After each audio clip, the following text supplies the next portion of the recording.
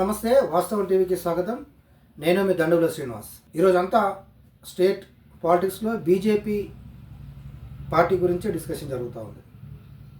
మోడీ అక్కడ కీలకమైన నేతలతో, ఎమ్మెల్యేలు, ఎంపీలతో భేటీ అయిన నేపథ్యంలో అక్కడ ఏం జరిగిందనే చర్చతో పాటు రాష్ట్ర అధ్యక్షుడు ఎవరనే దాని మీద చాలా రోజులుగా వస్తున్న దాని మీద ఏమైనా క్లారిటీ వచ్చిందా? మోడీ జరిపిన మీటింగ్లో రాష్ట్ర అధ్యక్ష పదవికి సంబంధించిన ఏదైనా హింట్ దొరికిందా? ఎవరిని నియమిస్తున్నారు అనే దాని మీద. రాష్ట్ర అధ్యక్ష పదవి కోసం నిజామాబాద్ ఎంపీ అరవింద్, ఈటెల రాజేందర్, ఎమ్మెల్సీ రామచంద్రరావు, ముగ్గురు పేర్లు అయితే ప్రధానంగా వినబడుతున్నాయి. అయితే ఎవరు దీంట్లో రాష్ట్ర అధ్యక్షుడు అయ్యే అవకాశాలు ఉన్నాయి, ఎవరికి ఇస్తారు అనేది కూడా బీజేపీ పార్టీతో పాటు ఇతర పార్టీల్లో కూడా కీలకంగా డిస్కషన్ జరుగుతూ ఉంది. బండి సంజయ్కి రాష్ట్ర అధ్యక్ష పదవి ఇచ్చిన సమయంలో కొంత పార్టీకి బూస్టింగ్ తీసుకొచ్చిన మాట వాస్తవమే అయినప్పటికీ అది ఒక లెవెల్ వరకు వెళ్ళి ఆగిపోయింది. ఆ తర్వాత పరిణామాలు మనకు అందరికీ తెలుసు. ఆయన తప్పించేశారు, కిషన్ రెడ్డికి ఇచ్చారు. కిషన్ రెడ్డి వల్ల కావడం లేదు, ఆయన లిమిటెడ్గా ఉన్నారు. ఇంకా కావాలి, ఇంకా ఎవరో ఒకరు దీన్ని పైకి లేపాలి. ఆల్టర్నేట్ శక్తిగా స్టేట్లో ప్రత్యామ్నాయ పార్టీగా, ప్రధాన ప్రతిపక్షంగా జనాలు చూసే స్థితిలో పార్టీ నిలబడాలి నెక్స్ట్ ఎలక్షన్స్ వరకు. అయితే ఎవరికి ఇవ్వాలనే దాని మీద కూడా డిస్కషన్ జరుగుతున్న తరుణంలో బీసీలకు అనే ఒక నినాదం వస్తున్న తరుణంలో అయితే బీసీ మున్నూరు కాపు నిజామాబాద్ ఎంపీ అరవింద్, ధర్మపురి అరవింద్, ఇక్కడ ముదిరాజు ఈటెల రాజేందర్, ఇద్దరు పేర్లు ప్రధానంగా వినపడుతున్నాయి. వీళ్ళిద్దరికి ఎవరికి వస్తుంది అనే దాంట్లో డిస్కషన్ జరుగుతున్న తరుణంలో ఎవరికి వారే దీని మీద విశ్లేషణ జరుపుతున్నారు. ఏమనంటే అరవింద్కే ఛాన్స్ ఉంది. ఆల్రెడీ అమిత్ షా ఒక మాట ఇచ్చి ఉన్నాడు, ఎలక్షన్ టైంలో కీలక పదవిలో ఉంటాడు అరవింద్ అని. మంత్రి పదవి ఆశించారు, మంత్రి పదవి రాలేదు. కాబట్టి స్టేట్ పార్టీ ప్రెసిడెంట్ ఇస్తే కూడా అది పెద్ద పదవే బీజేపీలో, కాబట్టి అది ఇచ్చే అవకాశాలు ఉన్నాయి.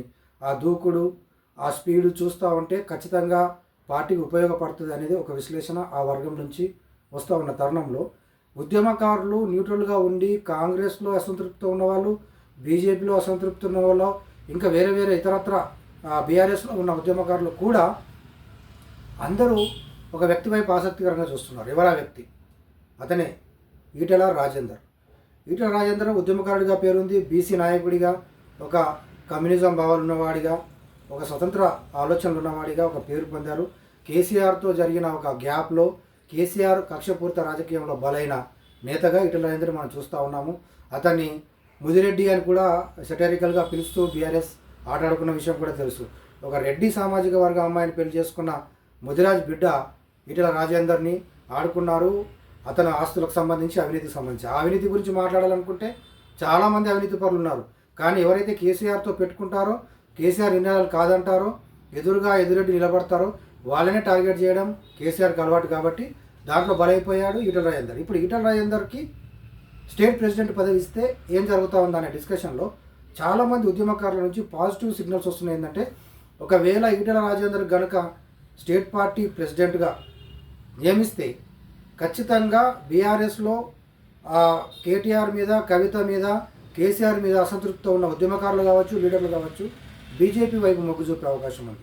అట్లాగే కాంగ్రెస్లో కూడా ఇంకా తమకు న్యాయం జరగడం లేదు అని అసంతృప్తితో, ఏడాదైనా మాకు గుర్తించడం లేదు, వాళ్ళే చూసుకుంటున్నారు, ఏమో అనుకున్నాం, ఫైట్ చేశాం బీఆర్ఎస్ మీద, కేటీఆర్ మీద, కేసీఆర్ మీద, కాంగ్రెస్ని తెచ్చుకుంటే మాకేం దొరికింది అనే కొంత సెక్షన్స్ కూడా ఈటెల రాజేందర్ కనుక ప్రెసిడెంట్గా గిరి ఇస్తే కనుక ఖచ్చితంగా బీజేపీ వైపు చూసే అవకాశాలు ఉన్నాయి, పోయేటట్టుగానే కనబడుతుంది.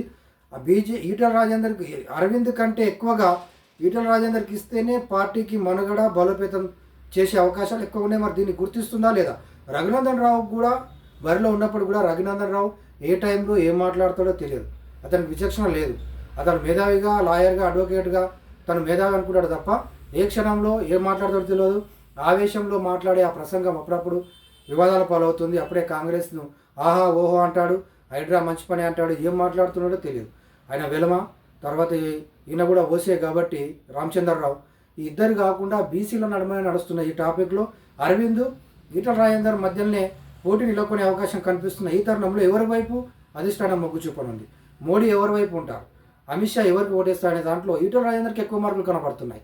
అంటే పార్టీ పరంగా అతను కొత్త అరవింద్, ఇతను బీఆర్ఎస్ నుంచి వచ్చిన వాడే, కానీ తను ఫైర్ బ్రాండ్గా పేరు పొందాడు కాబట్టి, మున్నూరు కాపు సామాజిక వర్గం బలంగా ఉంది కాబట్టి స్టేట్ మొత్తంగా బీసీ లీడర్గా తనకే అధిష్టానం నుంచి ఆశీస్సులు ఉంటాయనేది అరవింద్ వర్గం ఆశిస్తున్నారో ఆ మేరకు ప్రచారం చేస్తున్న తరుణంలో, కానీ అంతకు మించి మార్పులు సీనియారిటీ పరంగా, మాజీ మంత్రి పరంగా, ఒక ఆర్థిక శాఖ మంత్రిగా చేసిన అనుభవం పరంగా, తను ఉద్యమ నేపథ్యము, పీడిఎస్యు, ఈ బ్యాక్గ్రౌండ్ ఇదంతా కూడా ఒక మంచి కింది స్థాయి నుంచి వచ్చి జనం నాడు తెలిసిన వ్యక్తిగా మాత్రం చూస్తే కనుక ఈటల రాజేందర్ వైపే అధిష్టానం మొగ్గు చూపే అవకాశాలు కనబడుతున్నాయి.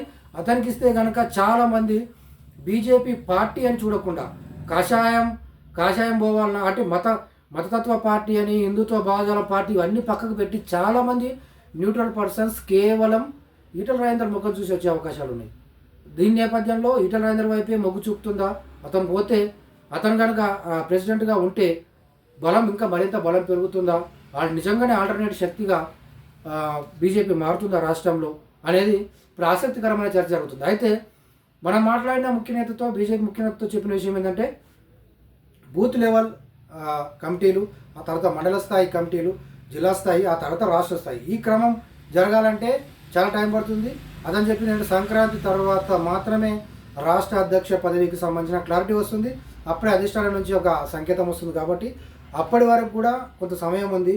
అంటే ఇది నవంబర్, డిసెంబర్, జనవరి, ఇంకా దాదాపు సంక్రాంతి తర్వాత జరుగుతుంది. కాబట్టి అప్పటి వరకు ఈ డిస్కషన్ సజీవంగానే ఉంటుంది. ఈటల రాజేందర్ పేర్లు క్రమక్రమంగా పెరుగుతూ వస్తున్న తరుణంలో ఇది ఆయనకి ఇస్తేనే బాగుంటుందని పార్టీకి అతీతంగా వెలువెత్తున్న ఒక నినాదం వస్తున్న తరుణంలో మోడీ ఆయన అధిష్టానం కూడా ఆ వైపు మొగ్గు చూపుతుందా, లేకపోతే అసలు ఈటల రాజేందర్ నమ్మే పరిస్థితి ఉందా? ఎప్పటికైనా మళ్ళీ బీఆర్ఎస్కి వెళ్తాడా? కేటీఆర్కు మధ్య మంచి సంబంధాలే ఇప్పటికీ మెయింటైన్ చేస్తున్నాడా? ఒక రకంగా చెప్పాలంటే ఈటల రాజేందర్ అసంతృప్తిగా పార్టీలో ఉన్నాడా? మరి ఇతను నమ్ముకుంటే ఒక పార్టీ భావజాలం వంట పట్టించుకున్నాడు కాదు. కాబట్టి ఆర్ఎస్ఎస్ కానీ ఇదంతా కూడా అతడు కమ్యూనిజము, నాస్తికత్వము వంట పట్టించుకున్న నేతగా మరి బీఆర్ఎస్లో ఏదో అవసరం రీత్యా వచ్చింది కాబట్టి రేపు మళ్ళీ జంప్ అయితే ఎట్లా అనే అనుమానం కోణంలో చూస్తే కనుక ఈటల రాజేందర్ని పక్కన పెట్టేసి అరవింద్కి ఇచ్చే అవకాశాలు ఉన్నాయి. కానీ అరవింద్ కంటే ఈటల రాజేందర్కి ఇస్తేనే పార్టీకి మనుగడ బలోపేతం అనేది కూడా చాలామంది చెప్తూ వస్తున్న విషయం. ఏం జరుగుతుందో చూద్దాం. అది మాత్రం టెన్షన్ కొనసాగనుంది సంక్రాంతి వరకు కూడా.